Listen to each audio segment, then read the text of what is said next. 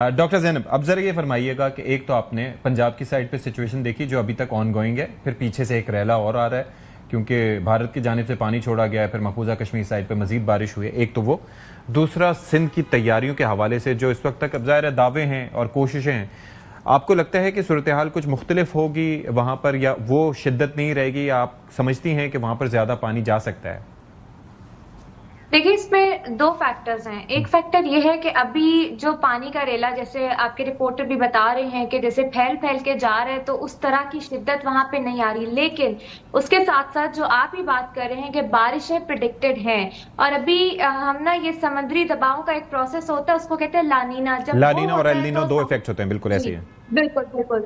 जब लानीना होता है तो साउथ एशिया में बारिशें बढ़ जाती हैं। अभी तक जो हम मानसून देख रहे हैं उस पे लानीना और एल नीनो का कोई फर्क नहीं था, लेकिन अब 55% प्रोबेबिलिटी है कि सितंबर से नवंबर तक लानीना शुरू हो सकता है, और उसकी साउथ एशिया में बारिशें मजीद प्रिडिक्टेड है। तो खुदा न खास्ता अगर वो प्रोबेबिलिटी सही साबित होती है और बारिशें शुरू हो जाती हैं, तो सिंध के लिए मैनेज करना मुश्किल हो जाएगा। क्योंकि आप देखें, कीर्थर की पहाड़ियों पे भी बारिश ज्यादा हो सकती है, कोस्ट सुलेमान पे भी बारिश हो सकती है, और वो जो सैलाबी रेले अभी ये दरियाओं से आ रहे हैं जो कि मुसलसल इंडिया छोड़ रहा है, तो वो पानी ये सिंध के लिए 2022 में भी बहुत बड़ा चैलेंज हुआ था, और अभी भी वो चैलेंजिंग सिचुएशन हो सकती है।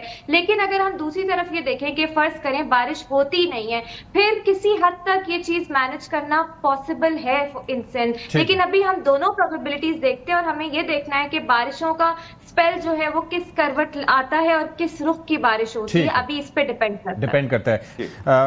डॉक्टर ज़ैनब, ये जरा फरमाइएगा कि मैं अगर बराजेस देखता हूँ तो हमारे यहाँ तो रिवाज ही नहीं है कि नए सिस्टम बनाए जाएं। ये शिकवा पंजाब से भी है और ये शिकवा सिंध से भी है। अब आप सखर बराज की मिसाल लें तो वो 1932 का बना हुआ है, गुड्डू की मिसाल लें तो 1962 का बना हुआ है, कोटरी 1955 का बना हुआ है। तो अब जाहिर है कि उम्र रसीदगी हो जाती है तो कई चीज़ें आपकी उस तरह से काम नहीं करती, सिल्टिंग भी हो जाती है, फिर थोड़ा सा मतलब एक प्रेशर भी होता है, और फिर बार बार एक चीज़ गुजरती रहे। ज़रूरी नहीं है कि 2010 में गुजरा था तो इस दफ़ा भी आसानी से गुजर जाए, और फिर डिज़ाइन कैपेसिटी जो होती है उसमें भी आहिस्ता आहिस्ता कमी वाक़ई होती है। आपकी नज़र में सब अच्छा है अगर बराजिस की बात करें, या वैसे जो मैनेजमेंट है या जिस तरह से रिपेयर वर्क होता है, are you satisfied with that? देखिए, पानी का मसला और ये वाटर गवर्नेंस का मसला ऐसा मसला है जिसपे हमारे मुल्क में जब बात होती है तो लोग पता नहीं बहुत एक्सट्रीम हो जाते हैं। आई डोंट नो क्यों हो जाते हैं, और ये अब तक हम क्यों नहीं मैनेज कर पाए।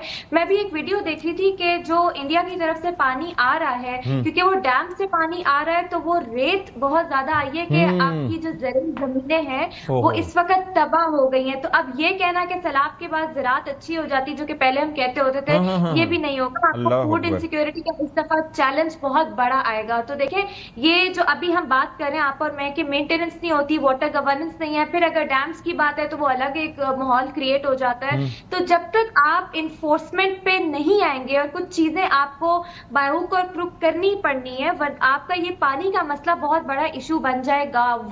ये मेंटेनेंस है बराजिस की, इसके साथ साथ आपको अभी जो साउथ पंजाब है यहाँ पे आपको चेक डैम्स बनाने पड़ेंगे, वरना ये आगे कल को सैलाबी रेले आपसे मैनेज नहीं होने, चाहे सिंध की बात हो या पंजाब की बात हो। This is important. आपको स्टोरेज कैपेसिटी बढ़ानी है, आपको वाटर गवर्नेंस निफाज करना है, और सूबों से अकाउंटेबिलिटी लें कि जो पानी की डिस्ट्रीब्यूशन है, जो आबियाना सिस्टम है, जो वाटर थेफ्ट है, उस पे कहां सूबों की प्रोग्रेस है, ताकि जब ये प्रोग्रेस आएगी तो आपको पता चलेगा कि पानी पे कौन कितना सीरियस है और कितना नहीं। ठीक है। लाला असद पठान, एक और चीज मुझे बताइए, हम और आप अक्सर डिस्कस करते रहे हैं कच्चे के इलाके के मसाइल और कच्चे के डाकू। अब ये जो पानी जा रहा है वहाँ पर, जाहिर है कि कच्चे का इलाका 16 लाख वहाँ की आबादी है, और इस पर कहा जा रहा है कि वो भी ज़ेर आब आएगा। तो अक्सर हम सुनते रहे कि ये जी डाकू उनको भी यरगमाल मनाते रहे हैं माजी में, ताकि वो लोग वहाँ से बाहर ना निकल सके, वरना वो तो उनकी ह्यूमन शील्ड्स हैं। इस बार क्या गवर्नमेंट सोच रही है? कल हमने नासिर शाह साहब से इस पर बात की तो वो कह रहे हैं कि पानी आएगा तो डाकू भी बाहर आएंगे, उनको हम पकड़ेंगे, वो कहाँ बच के जाएंगे। आप क्या देख रहे हैं, क्या हो रहा है? देखिए, इस वक्त 2010 में जो सुपर फ्लड आया था उसमें भी डाकू बाहर ना आए थे, उनके ख़ानदान वाले तो ज़रूर कुछ लोग बाहर आए थे, मगर वो अंदर ही कश्तियों में, और बड़े बड़े जो दरख्त है अंदर उनके ऊपर उन्होंने अपनी आमाजगाहें बनाई हुई थी, और ज़्यादातर वो कश्तियों को भी इस्तेमाल कर रहे थे। तो वो बाहर नहीं आएंगे क्योंकि उन पर इनामात हैं, उन पे 5 लाख से लेकर 2-2 करोड़ रुपए, 3-3 करोड़ रुपए के इनामात हैं। अच्छा। दोनों तरफ इंतजामिया बैठी हुई है, अगर जो थोड़ी भी मुखबरी हो जाए तो वो या तो पकड़े जाएंगे या मारे जाएंगे। तो उनको हमेशा ये खौफ ये तलवार हमेशा उनके सरों पे लटकती है, तो वो कभी भी बाहर नहीं आएंगे।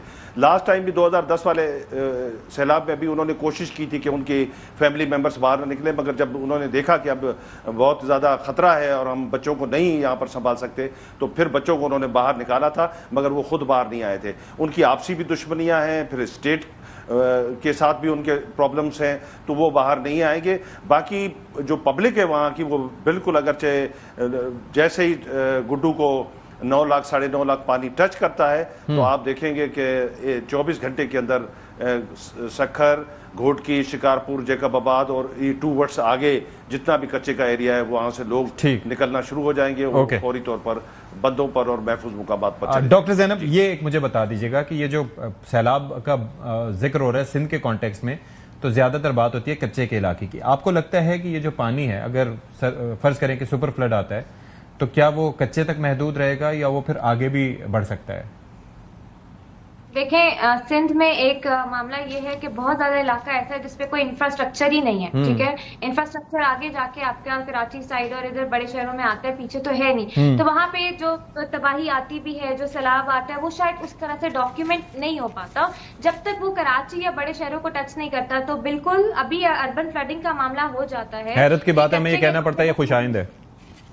मैं वही कह रही हूँ कि जब अगर अर्बन फ्लडिंग का मामला हो जाता है, जो कि एक्सपेक्टेड है, तो मुझे नहीं लगता कि आप इस चीज को सिर्फ कच्चे के इलाके तक देख रहे होंगे, या आगे तक भी जाएगा, क्योंकि पूरा रेला समंदर में जाना है और समंदर में जाने के लिए इसको बड़े शहरों से गुजरना है। ठीक है जी, बहुत शुक्रिया आपका डॉक्टर ज़ैनब नईम, शुक्रिया आपका चीफ रिपोर्टर सिंध लाला असद पठान कि आप हमारे मौजूद रहे। एक ब्रेक लेते हैं जी, ब्रेक के बाद आके कंक्लूड करेंगे।